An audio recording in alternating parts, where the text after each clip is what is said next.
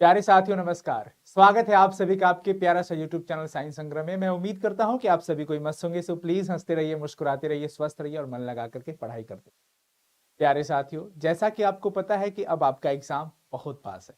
बहुत ही पास मतलब काफी नजदीक आ गया है। आज हम आपको बताने वाले हैं कि एग्जाम में किस तरीके से पेपर प्रेजेंटेशन किया जाता है, किस प्रकार से आप आंसर राइटिंग का काम कर सकते हैं। प्यारे साथियों, एग्जाम में पेपर प्रेजेंटेशन बहुत मायने रखता है। मानिए अगर आपको सारे क्वेश्चंस के आंसर अच्छे से पता हो, अगर आप उन सभी आंसर्स को अच्छे से लिख देते हैं, जो आपकी कॉपी चेक करने वाले शिक्षक या शिक्षिका होती हैं, आपके लिखे गए उत्तर से पढ़कर काफी प्रभावित होते हैं, बहुत ही प्रसन्न होते हैं, तो आपको मार्क्स की बौछार हो जाएगी। यानी आपको बेहतर मार्क्स मिले और मिलना भी चाहिए, क्योंकि आपका आंसर प्रेजेंटेशन बहुत ही तगड़ा है, बहुत ही शानदार है। क्या होता है पेपर प्रेजेंटेशन, किन किन बातों का ध्यान रखना चाहिए आंसर राइटिंग के दौरान, तो आइए आज के इस वीडियो में हम आपको यही चीज बताने कर सकते हैं। आपको पता है कि एग्जाम को लेकर काफी बच्चे स्ट्रेस में रहते हैं, तनाव में रहते हैं, बहुत ही सीरियस हो जाते हैं। आपको इन सारी चीजों से बचना है। हालांकि इन बातों का पूरा ध्यान रखिए। सबसे पहले आप क्या करेंगे, जब भी आपको एग्जाम में आप जाते हैं तो यू आर द बेस्ट, आप सबसे बेस्ट हैं, ये आपको पहले समझना। आपसे बेहतर कोई है ही नहीं। आप बेहतर लिख करके आओगे, आपका एग्जाम है, अपना एग्जाम है, बेहतर तरीके से आप लिख करके आओगे, ये माइंड सेट होना चाहिए। हालांकि कहना बहुत आसान है, लेकिन सेट करना थोड़ा सा मुश्किल है। पर कोशिश करिए कि आप इस बात को माइंड में सेट रखिए कि आपका एग्जाम बहुत बेहतर हो। सबसे पहले जब आपकी उत्तर पुस्तिका मिलती है तो उसके पहले पेज पर जो भी डिटेल्स भरना होता है, roll number, school code, roll code, जो भी चीजें होती है, आपको बहुत ही सावधानी से भरना होगा। जो भी उत्तर पुस्तिका में डिटेल्स आपसे पूछा जाता है उसको भरना अति आवश्यक होता है, बहुत ही अनिवार्य होता है। किसी भी चीज को भरने से पहले बहुत सावधानी से अपना रोल नंबर, रोल कोड, जो भी चीजें हैं बहुत ध्यान से भरे। एग्जाम का डेट, सब्जेक्ट वगैरह जो भी भरना है आप बहुत अच्छे से। जब आप इन सारी चीजों को कर लेते हैं तो अब बच्चों का इंतजार रहता है पेपर का। क्वेश्चन पेपर मिलता है। जब भी आपको पेपर मिलता है तो आप सबसे पहले क्या करें, पेपर को बहुत अच्छे से पढ़ें। ना ही डरना है, ना घबराना है, ना ही ओवर एक्साइटमेंट में जाना है। बस आपको ध्यान से पेपर को पढ़ लेना है। पेपर जैसे ही पढ़ लेते हैं, अब आपको आंसर लिखने का समय। प्यारे साथियों, सबसे पहली बात कि आप एग्जामिनेशन में 2 से अधिक कलम जरूर रखें अपने साथ। पेन 2 से अधिक जरूर रखें, कम से कम 3 या 4 पेन अपने साथ रखें। और ध्यान रहे कि ये पेन बिल्कुल नया ना हो, मतलब 1-2 दिन का लिखा हुआ पेन होना चाहिए, वो रनिंग में रहना चाहिए। ऐसा नहीं कि बिल्कुल आज ही खरीदे और एग्जाम में लेके चले गए। वहां पर क्या होता है ना, पेपर कुछ दूर तक का आपका आंसर राइटिंग खराब हो जाता है। नया कलम फ्लो पकड़ते पकड़ते पकड़ेगा, तब तक आपकी 4-5 लाइनें निकल जाती है खराब स्थिति। इसलिए कभी भी जो भी पेन लेकर जाएं उसको रनिंग अवस्था में लेके जाएं, अर्थात 1 से 2 दिन या घंटा 2 घंटा उस पर लिखा हुआ जरूर होना चाहिए। वैसे पेन का इस्तेमाल करना चाहिए। अगली बात, आपको ध्यान रखना है कि जो आपका उत्तर पुस्तिका होता है, यानी कि कॉपी रहता है जिसपे आपको आंसर लिखना होता है, लेफ्ट साइड मार्जिन छोड़ना बहुत इंपॉर्टेंट है। हालांकि मैं उम्मीद करता हूं कि पेपर में लेफ्ट साइड मार्जिन ऑलरेडी रहता होगा, ना हो तो आप लेफ्ट साइड मार्जिन जरूर रखें। तीसरी चीज कि आंसर लिखते समय कॉपी के अंदर आपको क्वेश्चन नहीं लिखना है। यहाँ क्वेश्चन नहीं लिखना है। क्वेश्चन कॉपी चेक करने वाले शिक्षक अथवा शिक्षिका के पास होता है। आपको सिर्फ क्वेश्चन नंबर और साथ में उसका उत्तर। कोई भी उत्तर को लिखने का स्टार्टिंग जो तरीका होता है वो ये है कि जैसे मान लीजिए हमें पहला प्रश्न का उत्तर लिखना है, तो हमें पहला नंबर पहली लाइन में या तो नंबर दे देना है और दूसरी लाइन से उत्तर लिख के आप उत्तर लिख सकते, या क्वेश्चन नंबर 1 उत्तर, उत्तर लिख के फिर डैश दे करके आप अपना उत्तर अच्छे से प्रारंभ कर सकते। आप उत्तर में ध्यान रखिएगा कि आंसर जब लिखते हैं, प्रत्येक सीरियल वाइज से आपका आंसर राइटिंग होना इंपॉर्टेंट। ऐसा अगर आप करते हैं तो बेहतर है। अगर आप करते हैं ऐसा तो बेहतर है। जैसे आप लघु उत्तरीय प्रश्न से स्टार्ट करते हैं लिखना। आपके पास मान लीजिए 20 लघु उत्तरीय प्रश्न है जिसमें से 10 को लिखना, फिर आपके पास दीर्घ है, तो ऐसा ना करिएगा कि लघु में से कुछ लिख लिया, फिर दीर्घ में से लिख लिया, फिर लघु में से लिखा, फिर दीर्घ में से, फिर लघु दीर्घ, ऐसे नहीं। आप एक सेक्शन को स्टार्ट कर रहे हैं जैसे लघु का, तो कोशिश करिएगा कि लघु के 10 प्रश्नों का उत्तर दे ही दे। कोशिश करिएगा, संभव हो तो कोशिश ही करना है। कि सारे प्रश्नों का उत्तर दे दे पहले, उसके बाद हम दीर्घ वाले सेक्शन में प्रवेश करें। ऐसा करने से क्या होता है, एक जो कॉपी चेक करने वाले शिक्षक अथवा शिक्षिका होती है, आपकी कॉपी के प्रति, आपकी आंसर राइटिंग के प्रति वो काफी प्रभावित होती है। और बहुत ही आसान बात है, मामूली बात है कि जब आपका सारा चीज बेहतर होगा तो वो आपको अच्छे मार्क्स जरूर देंगे। पहले माइंडसेट, पहली पेज पे गड़बड़ी हुई, ज्यादा काटकुट हुआ, आंसर में अजीब अजीब चीजें मिल गई, तो वो आपसे प्रभावित नहीं हो पाते हैं और उनका माइंडसेट हो जाता है कि इस बच्चे का आंसर उतना अच्छा अट्रैक्टिव मोड में नहीं है या वर्ड्स भी उतना अच्छा नहीं है, तो उनका माइंडसेट मार्क्स कट पे ज्यादा ही रहता है। आपको यही बात ध्यान रखना है कि जब आप उत्तर लिख रहे होते हैं तो बहुत साफ सुथरा होना चाहिए। आपके आंसर राइटिंग में काटकुट नहीं होना चाहिए। मैं तो ये कहूंगा कि पूरा कॉपी के अंदर काटकुट कम से कम हो, अथवा पहले 4-5 पेज के अंदर तो बिल्कुल ही ना हो काटकुट, वो बेहतर प्रेजेंटेशन माना जाता है। पास होना अलग चीज है, बेहतर मार्क्स लाना ये अलग बात है, टॉपर्स बनना ये भी अलग बात है। तो आपको ध्यान रखना है। अगली बात, जब आप किसी एक प्रश्न का उत्तर लिख लेते हैं, अगला प्रश्न का उत्तर लिखना है तो एक लाइन छोड़े जरूर। इससे क्या होता है कि उत्तर देखने में बहुत अच्छा लगता है और कॉपी चेक करने वाले शिक्षक अथवा शिक्षिका को यह बात समझ में आ जाती है कि बच्चा का पहला उत्तर समाप्त हो गया है, अब ये दूसरा उत्तर यहां से स्टार्ट किया है। तो आप किसी भी प्रश्न का उत्तर लिखने के बाद अगले प्रश्न का उत्तर लिखने से पहले एक लाइन जरूर छोड़ें, यानी कि दोनों प्रश्नों के उत्तर के बीच एक लाइन का गैप अनिवार्य है। मुख्य बात यह है कि अगर आपको सारा प्रश्नों का उत्तर पता ही हो लेकिन आपका लिखा हुआ सामने वाला पढ़ ना पाए तो आपका लिखा बेकार है। यानी कि हैंडराइटिंग बहुत अच्छी होनी चाहिए, ऐसा कम से कम कि आपका लिखा हुआ सामने वाला पढ़ पाए। तो उत्तर लिखते समय आपकी अपनी हैंडराइटिंग पे काफी ध्यान रखना पड़ेगा और काटकुट कम से कम हो, अर्थात ना हो रहा, इस पर पूरा फोकस रखिए। काटकुट से बचना है। अगली बात कि आप जब भी आंसर राइटिंग में जाते हैं तो वर्ड्स का ख्याल रखें, कितने शब्दों में उत्तर देना है। ज्यादा बढ़ा चढ़ा के लिखने से कोई फायदा नहीं। जितना प्रश्न में पूछा जाए कोशिश करिए कि उतना ही उत्तर आप दें। ऐसा नहीं है कि 2 मार्क्स का क्वेश्चन है और आप 5 मार्क्स के लायक आंसर लिख रहे हैं, ज्यादा लिख दूंगा तो शायद सर जी ज्यादा अंक दे देंगे, ऐसा संभव नहीं होता है। तो अगर आपसे जो भी प्रश्न पूछा जा रहा है तो कुल मिला के बात यही आएगी कि जितना पूछा जाए उतना आप लिखने की कोशिश करें।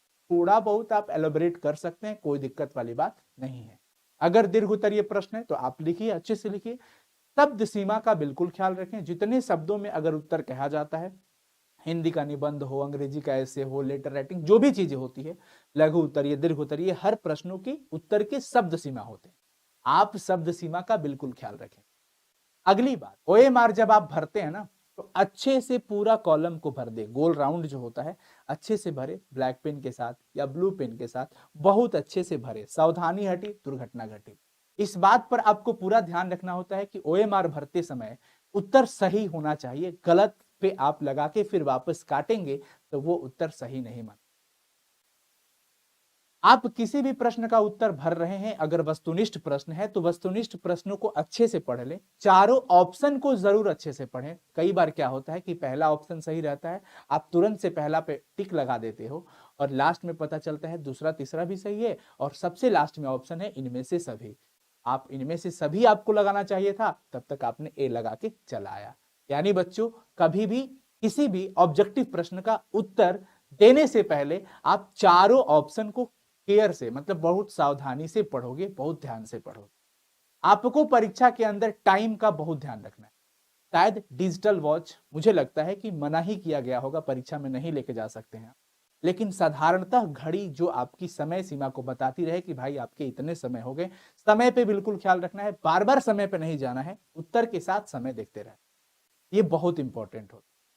एग्जामिनेशन में अपने से ज्यादा मतलब रखें, यानी कि खुद से मतलब रखें। अगला बच्चा क्या कर रहा है, पिछला बच्चा क्या कर रहा है, आप ताक झांक से बचे, ताक झांक ना करें। अपनी सीट के नीचे बहुत अच्छे से देख लीजिए कि कोई चीट पुर्जा पेपर तो नहीं है। कई बार क्या होता है कि पहले से उसमें कुछ रहता है और जो चेक करने वाले आते हैं, अगर आपकी जांच में आप पकड़े जाते हैं तो आपके ऊपर दंड लगा दिया जाएगा, या तो आपकी कॉपी रख ली जाएगी या फिर आपको एग्जाम से निष्कासित करा दिया जाएगा। इन किसी भी परिस्थितियों में हानि आपका है। इसलिए बच्चों अगर एक आध मार्क्स कम आ जाए वो कबूल है, पर एग्जाम से निकलना कबूल नहीं है। यानी कि आप ऐसी हरकतें ना करें, चीटिंग पुर्जा से बचे। कोई भी बच्चा आपको अगर चीटिंग वीटिंग दे रहा है तो ये इससे बचिए। ऐसी परिस्थितियों से तो बिल्कुल बचे कि अगर आप लिख रहे हैं, दूसरा कोई लिख रहा है, आपको कुछ लिखना है तो ताक झांक ए भाई मुझे बता दो, इन सारी चीजों से बचे। देखिए यहाँ पे क्या हो रहा है, ये बच्चे लिख रही है, ये परेशान है, पीछे टीचर पकड़े जाएंगे। ये पकड़े जाने पर इनकी कॉपी छीन ली जाएगी। कुल मिला के आधे घंटे, 15 मिनट, 20 मिनट, या ऐसा भी हो सकता है कि इनको परीक्षा से निकाल दिया जा सकता है। तो ऐसी चीजों से बचना है आपको। इसके साथ साथ ये वाली हरकत कभी नहीं करना है। मैं बार बार बोल रहा हूं, एक आध मार्क्स कम आ जाए वो चलेगा, पर ऐसी हरकतों से बचना है। किसी को पीछे से चीट वीट नहीं पकड़ाने का, अपने पैर के नीचे भी बहुत ध्यान से देख लेने का बच्चों। ये बहुत मतलब आपको सावधानी रखनी पड़ेगी इन सभी चीजों में, क्योंकि एग्जाम अच्छे से हो, बेहतर मार्क्स आए, एक आध मार्क्स कम आ जाए तो चल जाएंगे। माता पिता के माथे पे कलंक न लगेगा कि आप एग्जाम से टाल दिए गए या फिर आपको जेल में लेके चला गया। ऐसी चीजों से आप बचें। जब आप सब्जेक्टिव क्वेश्चन आंसर कर रहे होते हैं उस समय ध्यान रखिएगा, कोशिश करिएगा कि क्रम अनुसार चलिएगा। क्वेश्चन ज्यादा गैप ना हो, पहला लिखने के बाद 7वां नंबर फिर दूसरा नंबर, ऐसे करके नहीं। आप कंटिन्यूअसली कोशिश करिएगा कि पहला आ रहा है तो पहला लिख लिए, तीसरा आ रहा है तीसरा, चौथा, ऐसे करके जो भी हो कम से कम गैप लगे, इस बात का पूरा ध्यान रखिएगा। और जो प्रश्न पहले आता हो उसे भी लिखने की कोशिश करिएगा। इन सारी बातों का ख्याल रख के आपको बेहतर प्रेजेंटेशन करने का मौका एग्जाम में मिलता है। अगर आप करते हैं तो पूरा लाभ आपको मिलता है, अगर आप नहीं करते हैं तो इसकी पूरी हानि।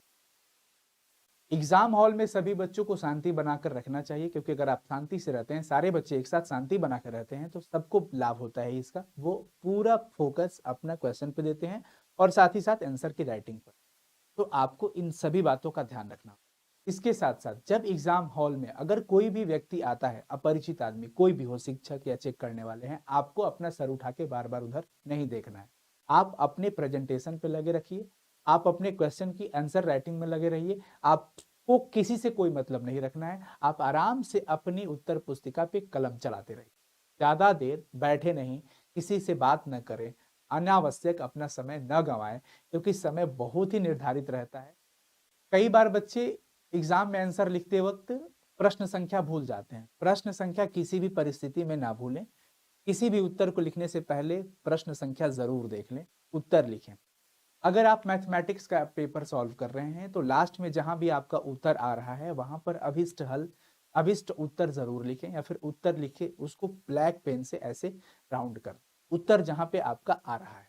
जब कभी ऐसा होता है कि किसी प्रश्न का उत्तर आपको नहीं पता है और वो लिखना ही है, तो आप एक बात जरूर ध्यान रखें कि पेपर में कोई भी क्वेश्चन छूटना नहीं चाहिए, आपको लिख के आना है। अब सवाल आता है कि आप क्या लिखेंगे, गाना गीत ये सब तो नहीं लिखना है, शायरी वायरी तो नहीं लिखना है कि मेरी शादी होने वाली है, पास कर दीजिए मास्टर साहब। ऐसे ऐसे कुछ क्लिप्स देखने को मिलते हैं, बनावटी है या रियल है पर जाने। मैं आपसे कहूंगा कि आप ऐसे तो बिल्कुल नहीं है कि आपको कुछ भी नहीं पता है क्वेश्चन के बारे में।